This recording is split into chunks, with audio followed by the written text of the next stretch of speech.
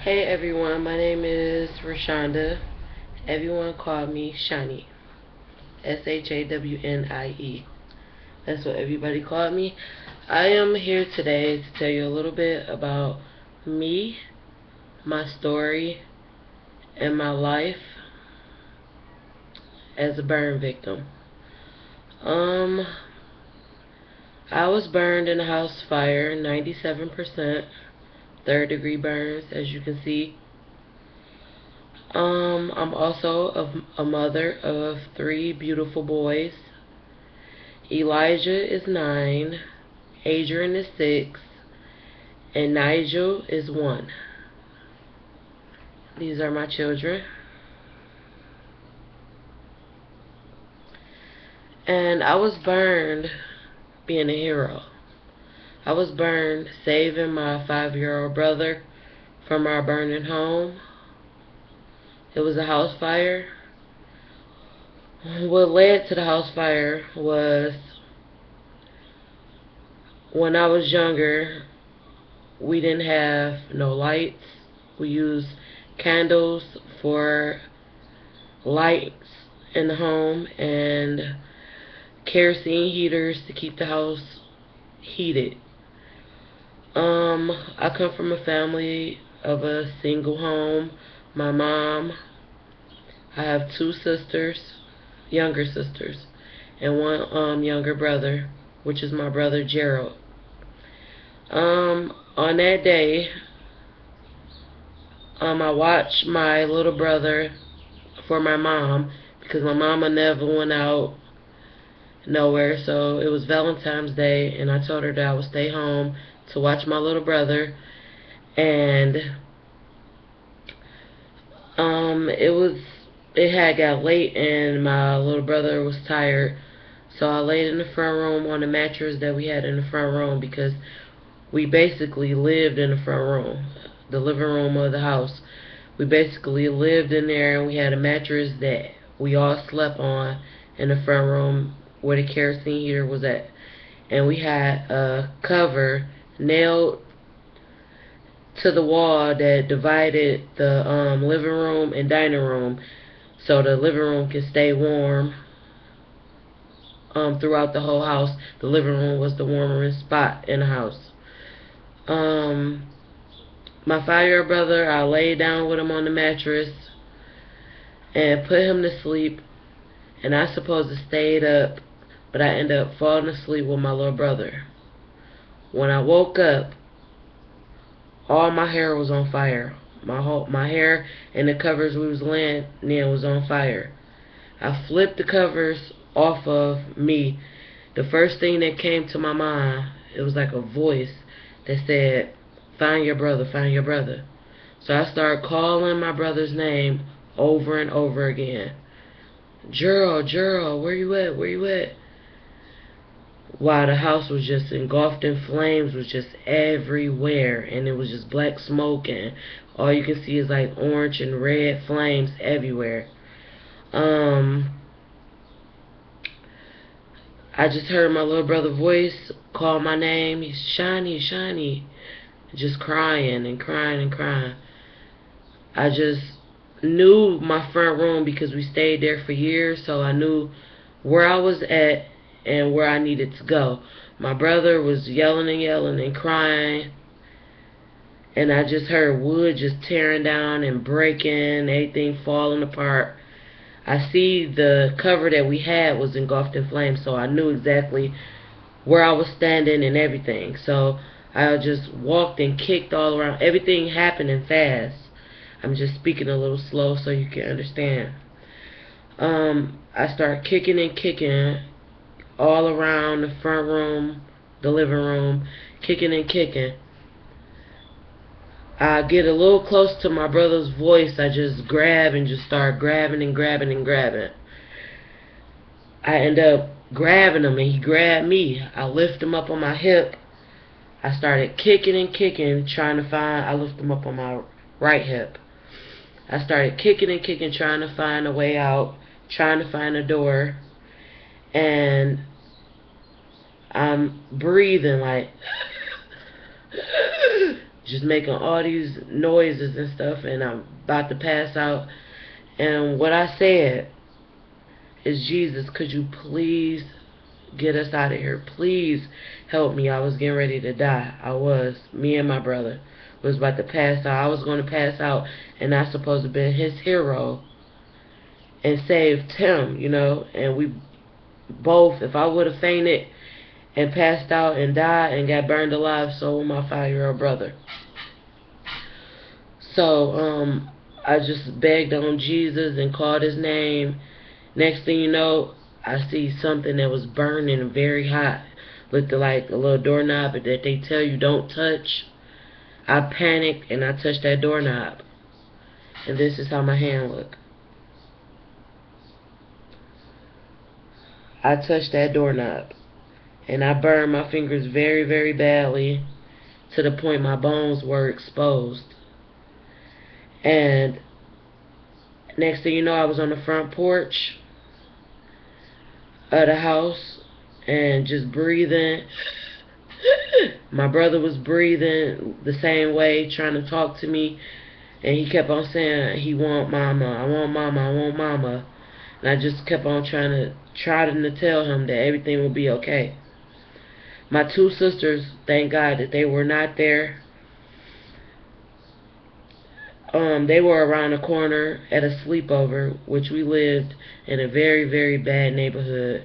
I mean, drug infested, crack infested, prostitute infested, everything of that nature.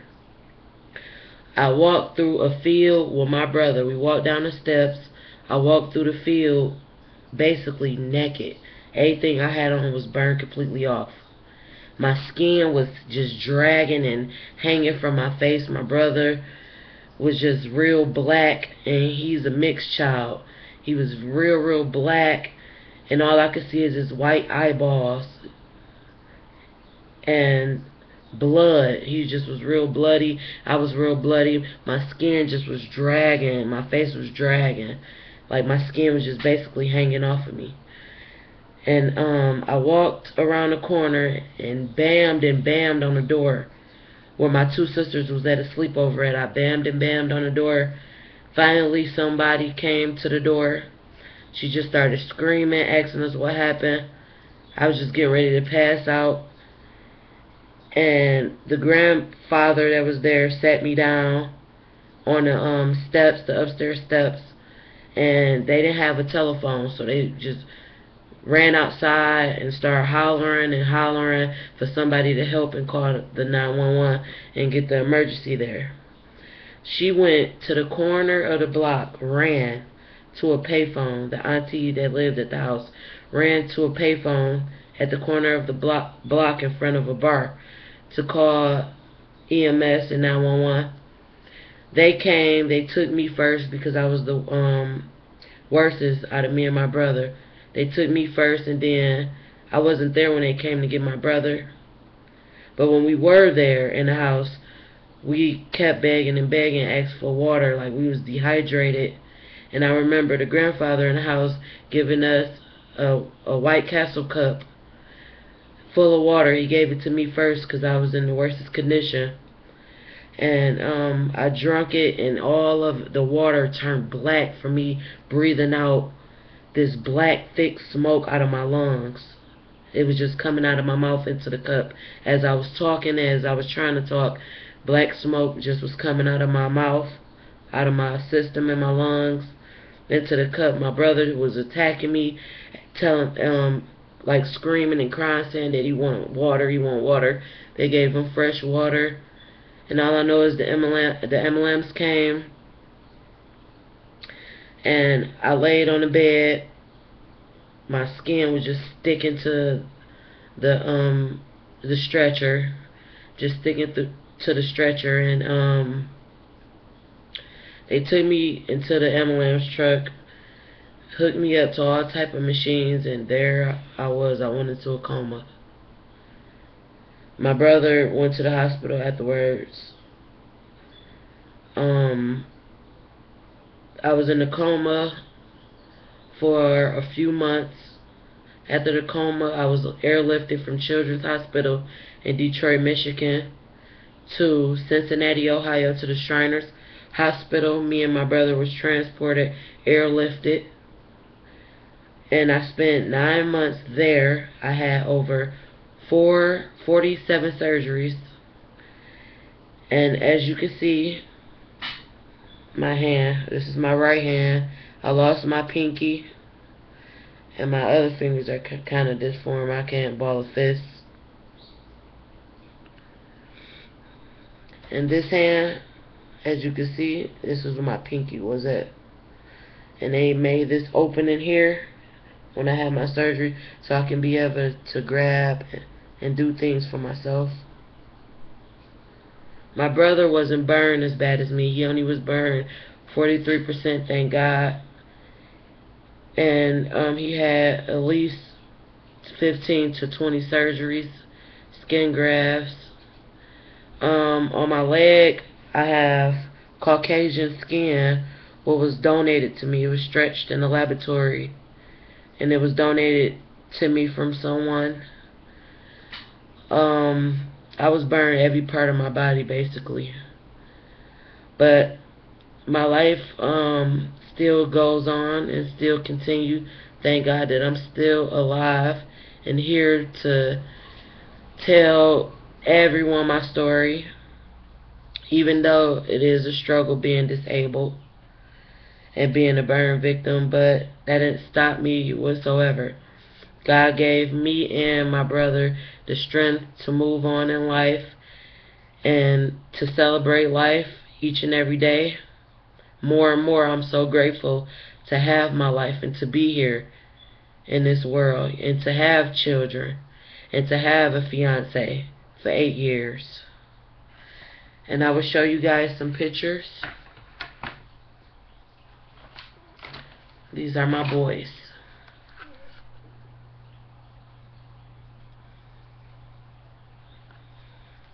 My fiance name is Delano. And this is me and my boys.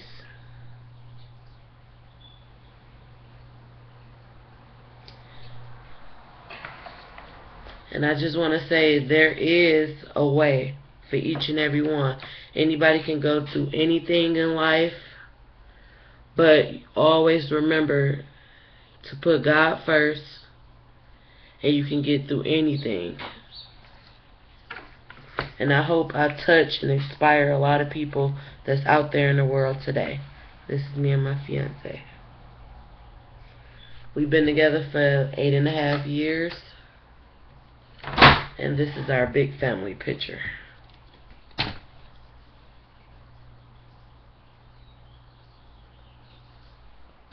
I wish I had a lot more time to talk to you guys and tell you guys more about my story, but you know, YouTube only give us 15 minutes. So I would like to end this by saying me and my family are taking donations, trying to move on in life.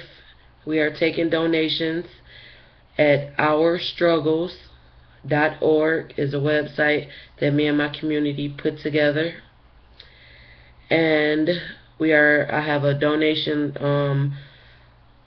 button on there for any donations. We accept anything.